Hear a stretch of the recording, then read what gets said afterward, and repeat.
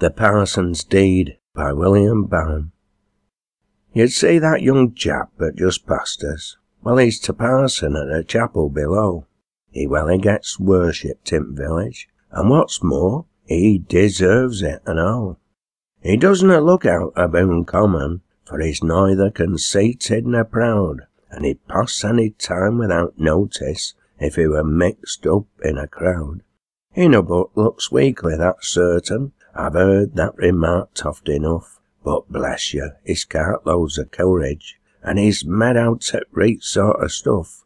He's a hero and saint blent together, yet as humble and plain as myself, and I'll warrant you'll think same as we do, if you hearken to tale after tale. It's 5 years are very close on it, sin his entry among us he made.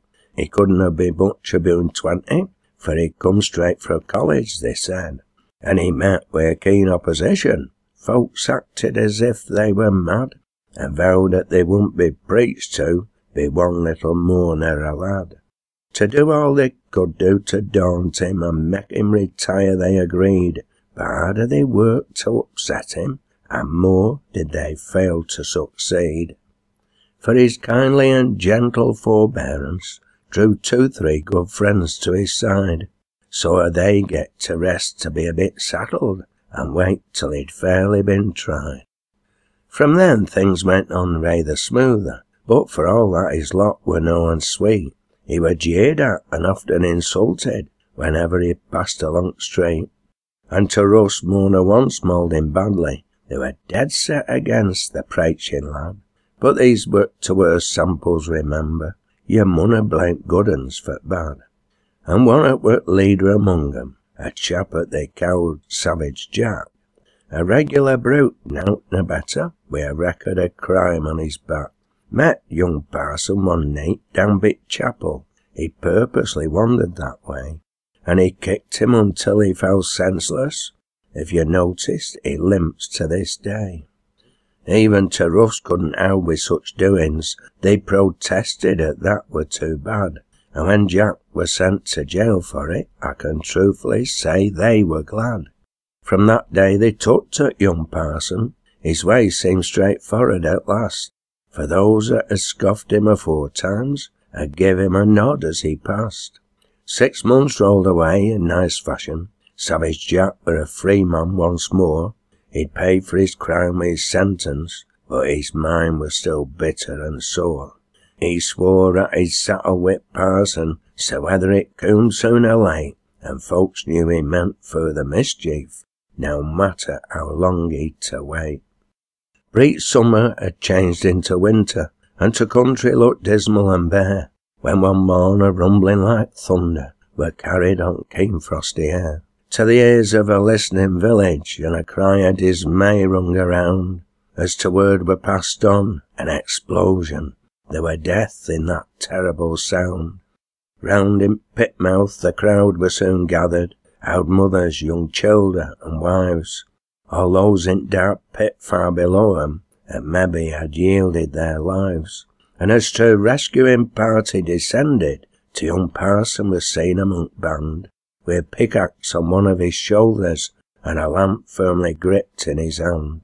A cheer struggled up for an instant, but was stifled as fast as it came. Despair filled their breasts as they waited at mouth of that horrible tomb. Time glided along, oh so slowly, every minute to them seemed like years. Their suspense grew stronger and stronger, and added more weight to their fears. At last, after what had seemed ages, their spirits went up with a bound. For first lot had come to bit surface, where everyone scatheless and sound. Another lot come, then another, till news went as though pit were cleared. Then as nobody appeared to be missing, out rescuing party were cheered. But a cry rose on there, "Where's young Parson?" And terror among 'em fast grew, for on looking around he were missing, and they found Savage Jack missing too. Good God, have they met down in pit there? As he stuck to his terrible oath, he swore it, they cried, and he'll do it, although it meant death to 'em both. There were no time for thinking or planning. They made down into pit straight away, and blessing in plenty were murmured, when once more they seed later day.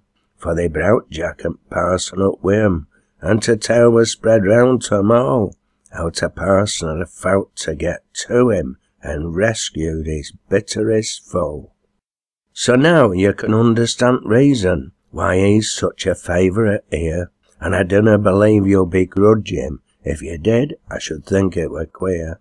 His chapel, at once were half empty, on every Sabbath that come, were no but enlarged to 3 months back, and yet they could do with more room.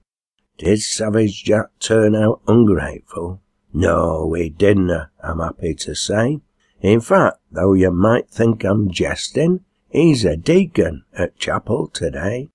He's left path of crime far behind him, and he's walking a different track, and I'd welly forgotten to tell ye, it's me that were called Savage Jack.